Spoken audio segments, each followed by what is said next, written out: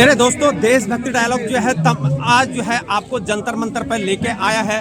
जंतर मंतर से यहाँ पर हमारे जिन्होंने अपने देश के लिए जान दिए हैं, अपने देश के लिए उन्होंने घुटने तुड़वा दिए और अपने देश के लिए है जो है उन्होंने जी जान लगा दिया, पसीना बहा दिया, लेकिन आज उनको कहीं ना कहीं अनदेखा किया जा रहा है। तभी तो यहाँ पर जंतर मंतर के अंतर्गत जो है तमाम भीड़ जो है यहाँ पर जंतर मंतर के यहाँ पर हुई है, जो कि हमारे फौजी भाई हैं, एक्स सर्विसमैन भाई हैं, अपने घर बार को छोड़कर जो है यहाँ पर सरकार से डिमांड कर रहे हैं। मैं जानना चाहूँगा, मेरे सामने साहब खड़े हैं, साहब से जानना चाहूँगा कि आखिर क्यों यहाँ पर जंतर मंतर पे जो है आखिर सरकार से क्या डिमांड है। हमारे जो फौजी भाई हैं, एक्स सर्विसमैन में है, उनकी क्या डिमांड है उनको बताने यहाँ पर बताएंगे। मैं जानना चाहूँगा सबसे पहले शुभ नाम, आपका शुभ नाम क्या होगा? सूबेदार शिव कुमार, नंगल डैम।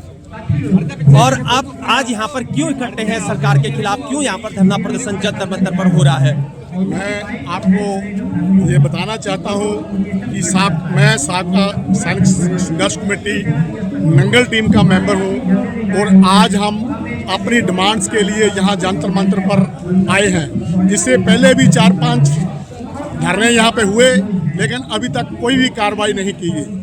मेरी माननीय मोदी साहब से यह प्रार्थना है कि 1973 में थर्ड पे कमीशन में हमारे को 70% बेसिक पे दिया जाता था, जो कि उस समय की गवर्नमेंट ने उसको कम करके 50% कर दिया और ऑफिसर्स को 30% दिया जाता था और जिसको बढ़ाकर 50% कर दिया।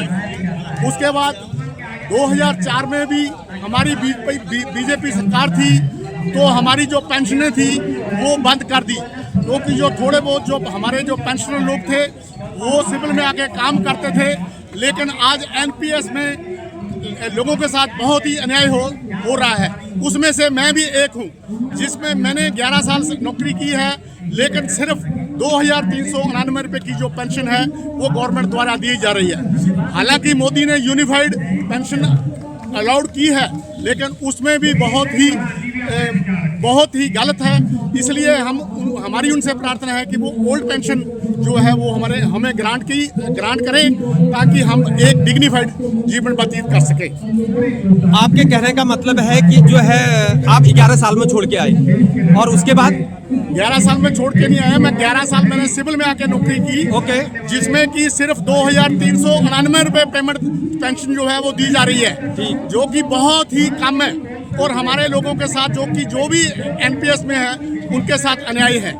ओके, तो मेरे दोस्तों, सरकार से सीधे ये ज्ञापन कहना है कि जो हमारा नेशनल पेंशन सर्विस है उसमें भी कई सारी दिक्कतें, हालांकि जो है सरकार ने यहाँ पर यूनिफाइड पेंशन सर्विस को शुरू किया गया है, जो कि सर्विस पेंशन का 50% होता है, लेकिन उसका एक एज क्राइटेरिया होता है, इतनी साल सर्विस करोगे तभी उसको पेंशन मिलेगी।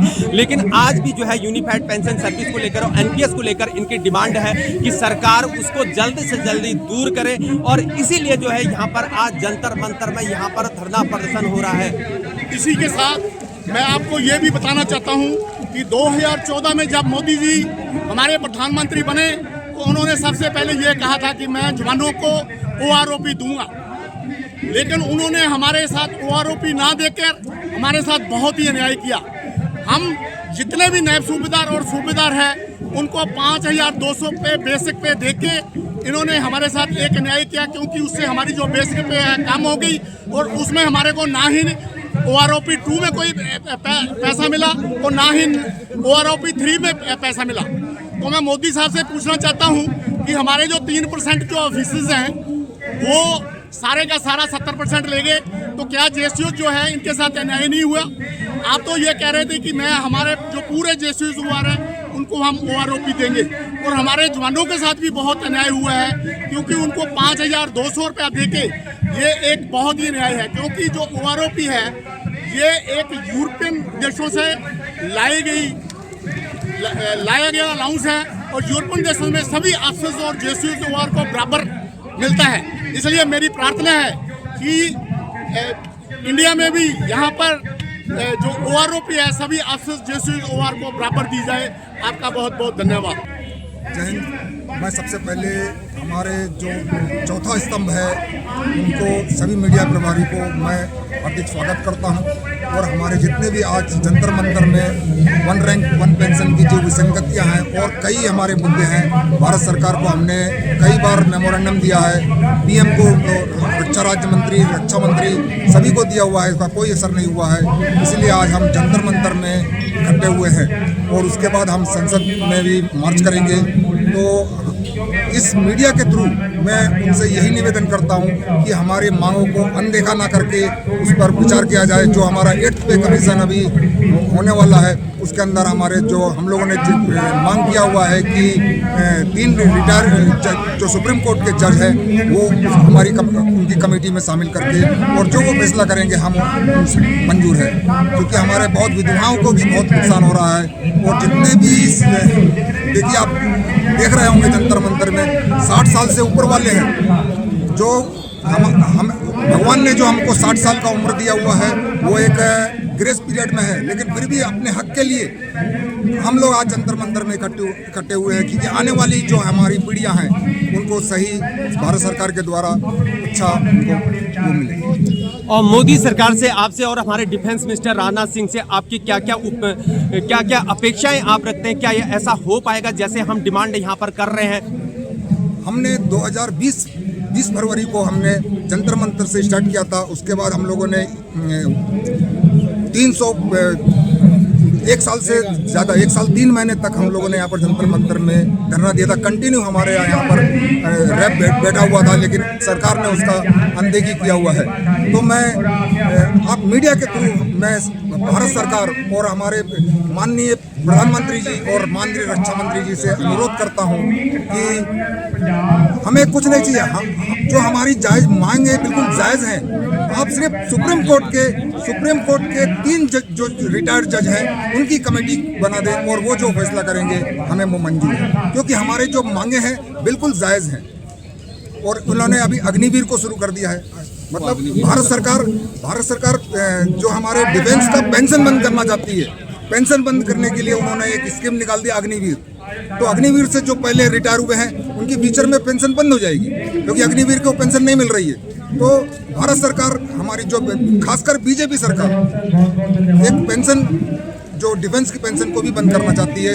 उन्होंने एक डायरेक्ट ना बोल करके एक अग्निवीर की प्लानिंग शुरू कर दी है।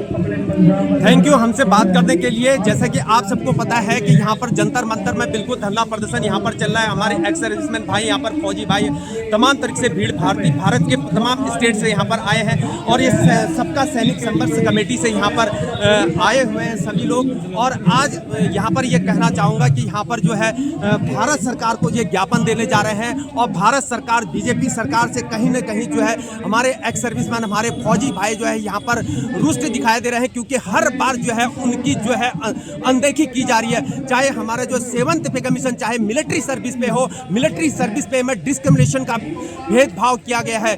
जवान्स और जेसीओस को जो है यहाँ पर मिलिट्री सर्विस पे, यानी कि हम रिलीफ जो हम रिस्क अलाउंस बोलते हैं, उस रिस्क अलाउंस को जो है बराबर नहीं दिया गया है। जबकि जो है पोस्ट के अंतर्गत चाहे सियाचिन ग्लेशियर ले लो, चाहे हमारे सिक्किम ग्लेशियर ले लो, चाहे हमारे पीर पंजाब की पहाड़ियाँ ले लो, चाहे हम उत्तराखंड वाले इलाके में चाइनीज़ बॉर्डर का इलाका ले लो, वहाँ पर जो है चाहे जो अधिकारी हो, चाहे वो जवान हो, चाहे वो जेसीओ जो, वो हर बार ड्यूटी करता है। और जेसीओस को जो है शाम को जेसीओ पोस्ट के अंदर कभी नहीं सोता है। उसके बाद हर बार जो है उसके पास फोन आते रहते हैं और वो पेट्रोलिंग ड्यूटी इत्यादि सभी कुछ करता है, लेकिन जो है रिस्क अलाउंस में भी भेदभाव किया जा रहा है। इनका साफ कहना यह है कि सरकार इस डिस्क्रिमिनेशन के भेद इसको हटाए, जल्दी से जल्दी हटाए और इसके खिलाफ। और जैसे कि आप लोगों को पता है कि जितने भी फौजी भाई होते हैं वो डिसिप्लिन्ड होते हैं और डिसिप्लिन्ड तरीके से यहाँ पर धरना प्रदर्शन हो रहा है।